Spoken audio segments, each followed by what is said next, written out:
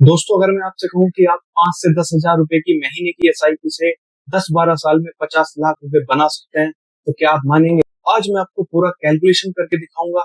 और हाँ, वीडियो को अंत तक जरूर देखें, क्योंकि बीच में मैं एक ऐसी मिस्टेक बताऊंगा जो 90% लोग करते हैं। देखिए, आजकल हर किसी का फाइनेंशियल गोल होता है। आप गोल में आप कुछ भी ले सकते हैं कि किसी को कोई नया घर लेना है, किसी को नई गाड़ियां लेनी है, किसी को अपने बच्चों की पढ़ाई के लिए पैसा चाहिए, और किसी को अपने रिटायरमेंट के लिए पैसा चाहिए। लेकिन इसमें प्रॉब्लम क्या है? लोग गोल तो सेट कर लेते हैं, लेकिन उनको पता ही नहीं होता है कि हमें कितना इन्वेस्ट करना चाहिए। मेरे पास हर रोज मैसेजेस आते हैं कि भाई मुझे 50 लाख रुपए चाहिए, मुझे कितने की एसआईपी करनी चाहिए। और सच बताऊं, 90% लोग तो इसको ओवर एस्टिमेट करते हैं या फिर अंडर इन्वेस्ट करते हैं। तो चलिए आज बिल्कुल सिंपल भाषा में समझते हैं कि आपको कितना इन्वेस्ट करना चाहिए, स्टेप बाय स्टेप। तो सबसे पहले इसमें 3 चीज हमें समझनी होती है। नंबर 1 मेरा होता है टाइम। नंबर 2 मेरा होता है इसमें रिटर्न। और नंबर 3 मेरा होगा इसमें एसआईपी अमाउंट।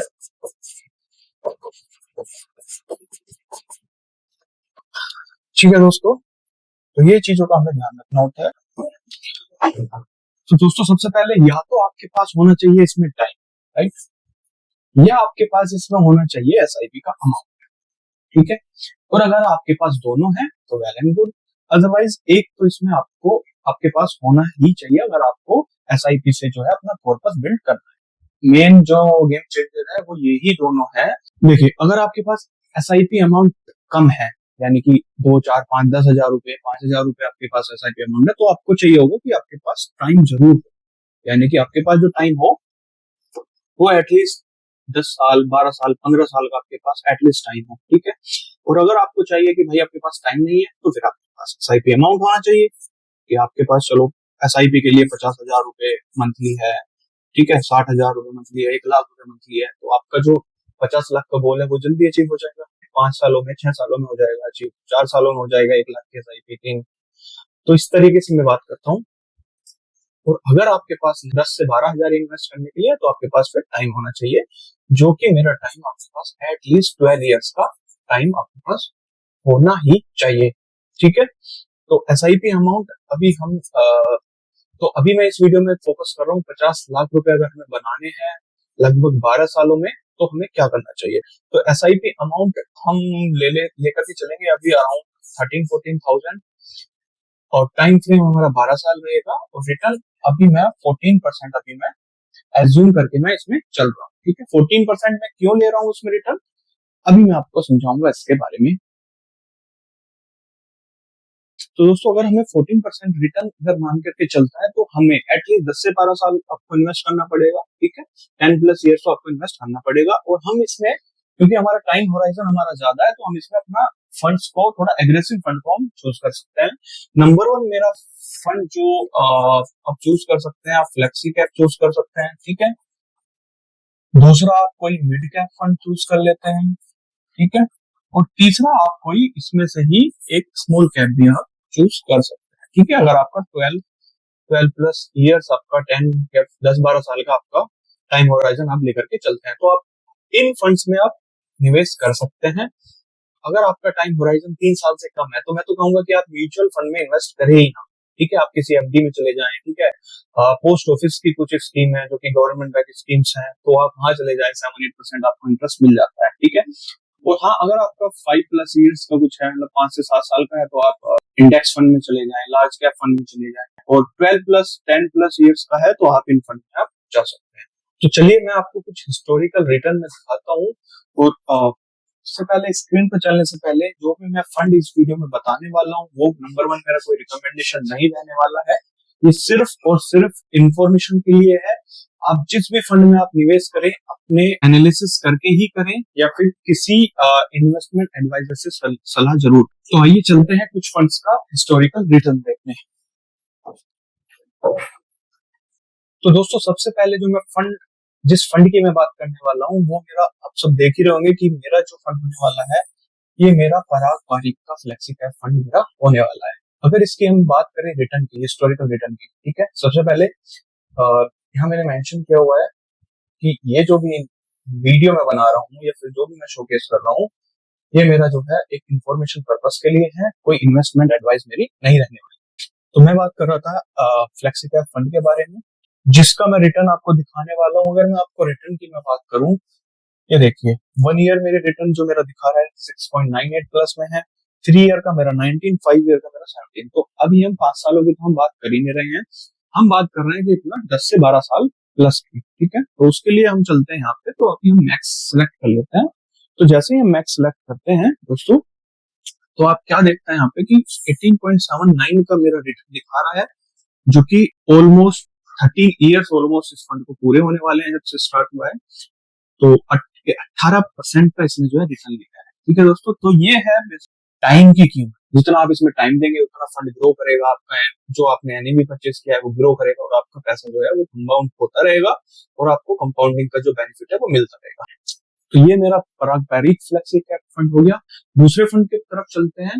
सेम मेरा उसमें भी रहेगा, आप बिल्कुल भी इन फंडों में निवेश ना करें, ये सिर्फ और सिर्फ एक इंफॉर्मेशन के लिए मैं आपको दिखा रहा हूँ। दूसरा मेरा जो फंड रहने वाला है निप्पो इंडिया का स्मॉल कैप मेरा फंड रहेगा, जिसमें हम लोग भी, अगर हम इसकी मैक्स की बात करते हैं, इसने जो 13.3 ईयर्स में जो रिटर्न दिया है 23.84% का इसने रिटर्न दिया है। तो यहाँ पर भी आप देख सकते हैं लगभग 13 ही साल इस फंड को हुआ है, इसने भी अपना 23%, जिसको हम मतलब मानकर ही नहीं चलते हैं कि ये आगे भी ऐसा देगा। ये सिर्फ और सिर्फ हिस्टोरिकल रिटर्न है, ये बहुत कम देखने को मिलता है। इस फंड ने पास में काफी अच्छा, मतलब ओवर द टॉप इसने फंड ने जो है परफॉर्म किया है। आगे बिल्कुल भी जरूरी नहीं है कि ये फंड इतना ही हमें रिटर्न प्रोवाइड करे। तो बात करते हैं मेरे आज के तीसरे फंड की, जो कि मेरा होने वाला है एचडीएफसी का मिड कैप फंड। तो यहाँ पे अगर मैं मैक्स सेलेक्ट करता हूँ, तो यहाँ पे मेरा 13.3 ईयर इसको भी हुआ है, और इसने भी मेरा 20% का जो है रिटर्न पास्ट में प्रोवाइड किया है। तो अब बात करते हैं कैलकुलेशन की। तो कैलकुलेशन, अगर अगर आपके पास मंथली इन्वेस्टमेंट 14,000 रुपए है, 14,000 रुपए आपके पास है, टाइम पीरियड आपने 12 ईयर्स का लिया है, और एक्सपेक्टेड रिटर्न अगर हम 14%, ठीक है, उन फंड ने जो है 18-20 वो हिस्टोरिकल रिटर्न है वो हम मान करके नहीं चल रहे हैं, हम सिर्फ 14% एवरेज रिटर्न हम मान करके चल रहे हैं, जिससे कि आप 14,000 महीने हर महीने डिपॉजिट करते हैं 12 सालों के लिए 14% के इंटरेस्ट रेट पे, तो आपकी जो टोटल वैल्यू वो दिखाता है वो 52.37 लाख आपकी दिखाता है, जिसमें जो आपका ओनली रिटर्न पार्ट, ठीक है, रिटर्न पार्ट है वो 32.21 लाख हुआ। इन्वेस्टेड आपने 20 लाख के आसपास किए। अगर आप इसको 12 सालों बाद अगर आप विड्रॉल करते हैं, तो आपको 12.5% लॉन्ग टर्म कैपिटल गेन जो टैक्स है वो आपको इस पे जो रिटर्न पे आपको देना होगा। आपके इन्वेस्टेड अमाउंट पे कोई रिटर्न नहीं। बहुत लोग सोचते हैं कि टोटल वैल्यू पे मेरा टैक्स जाएगा, मुझे रिटर्न देना पड़ेगा, ठीक है, तो इस पे नहीं होता है। जो रिटर्न आपने गेन किया है, जो कैपिटल गेन किया है, सिर्फ उस पे ही आपको जो है टैक्स देना होता है। यानी कि 32.21 लाख हुआ तो 1.25 लाख तो आपका एग्जम्पशन हो गया, 1.25 लाख रुपए के आसपास। तो 1.25 लाख से माइनस करेंगे तो लगभग 30 लाख के आसपास, 30 से 25 लाख के आसपास आपको जो है उस पर 12.5% टैक्स देना होगा, जो कि आपका 2-2.5 लाख रुपए के आसपास बैठेगा। यही अगर मैं बात करता हूँ आपको कि आपके पास 20,000 रुपए है, ठीक है, आप अगर इसको 20,000 रुपए आप इन्वेस्ट करते हैं, तो मैं सेट कर लेता हूँ जल्दी से, ठीक है, 12 सालों के लिए ही आप इन्वेस्ट करते हैं, 14%, 14%, या फिर इसका टाइम होराइजन हम लोग कम कर लेते हैं अभी, ठीक है,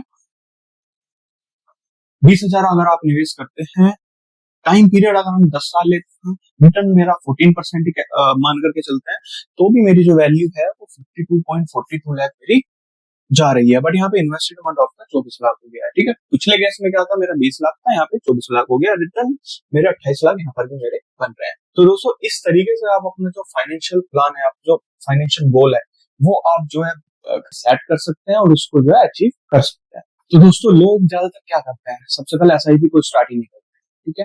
अब जरूरी नहीं है कि आपके पास 10-12 हजार नहीं है तो आप एसआईपी स्टार्ट ही नहीं करोगे, ठीक है। जो भी आपके पास 2-4-5 हजार रुपए आप अपनी एसआईपी स्टार्ट करें। जितना आप एसआईपी को जल्दी स्टार्ट करेंगे, उतना आपको कंपाउंडिंग का जो बेनिफिट है वो मिलने वाला है, और इसमें आपको कंसिस्टेंसी जो है वो बिल्कुल बना करके अपनी रखनी है। तो अगर आप 14,000-15,000 रुपए अगर हर महीने आप निवेश करते हैं, तो 12 साल बाद लगभग आपके पास जो आपके अकाउंट में 50 लाख रुपए आएगा, वो आपका सिर्फ पैसा नहीं होगा, वो आपका जो होगा डिसिप्लिन और पेशेंस का जो रिजल्ट। तो दोस्तों आप मुझे कमेंट करके बताइए, आप अभी कितनी की एसआईपी कर रहे हैं, या फिर कितनी की एसआईपी आप स्टार्ट करने वाले हैं। और अगर आपको वीडियो अच्छी लगे तो लाइक करें, चैनल को सब्सक्राइब करें।